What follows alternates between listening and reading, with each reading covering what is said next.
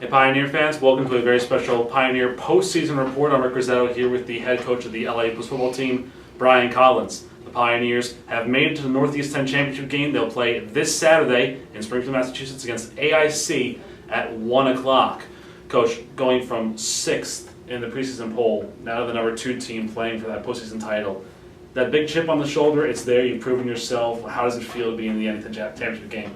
I mean, it's just been a very good season for our team. Our players have bought in what we're trying to do. They've given tremendous effort. Every game has been basically a 60-minute game. The competition in the conference was great. Our kids pulled out a lot of games in the end, showed a lot of heart.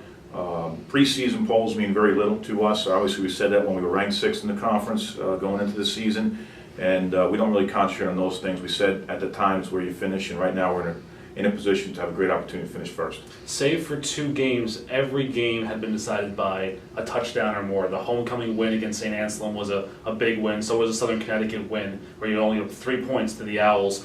What does it mean to kind of play those close games, be able to pull out the ones that you did and the losses that were there? What did you learn from that? What did the team take away from those losses? Yeah, I thought, when you get a loss, you need to learn from your losses, and I think the team really got a lot of our 2 losses early in the season. How to finish a game was our first thing after our disappointing loss to East Stroudsburg. And the Merrimack game was that you're never out of it when you think adversity is dealing with you with 6 turnovers and everything else. So I think we learned a lot from our losses. I think we learned a lot from our wins as well.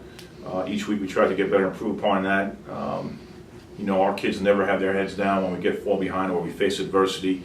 The sideline's been great, kids picking up each other. Our coaching staff, tremendous in getting their kids to work, prepare them to win.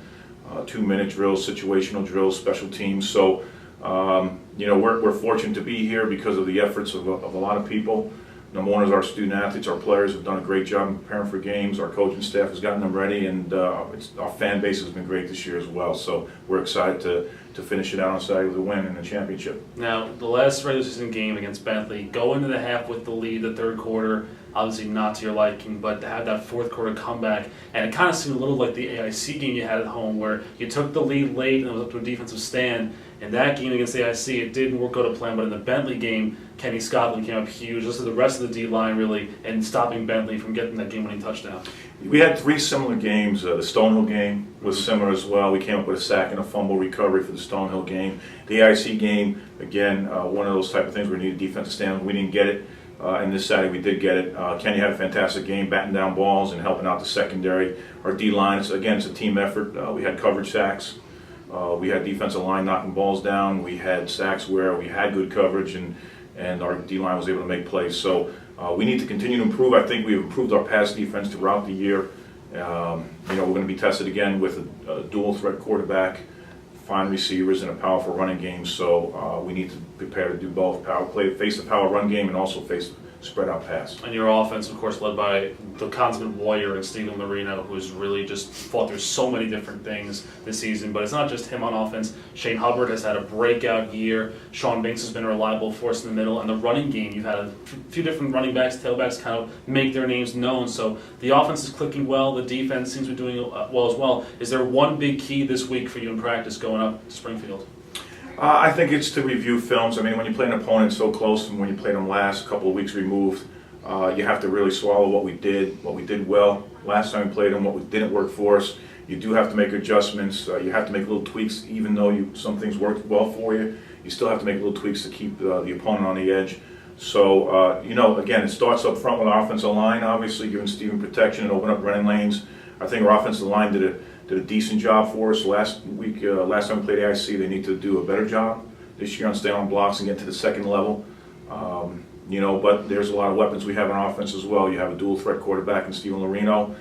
We have the tight end game, so that opens up the middle of the field for us. We have our wide receivers in Shane and Cameron and Sean Binks doing his thing in the middle, and we have an outstanding running game. So we're poised and ready to give a good offensive showing on Saturday afternoon. And finally, Coach, before the season we talked about coming back to the Northeast 10 Conference from being in the Pennsylvania State Athletic Conference, and how the first season doesn't really go as well as you would plan, but the second season you take a step forward. This is about maybe 5 or 6 steps forward for you guys, I would think, from the year prior, but what would that mean to bring that Northeast 10 crown back to Brookville?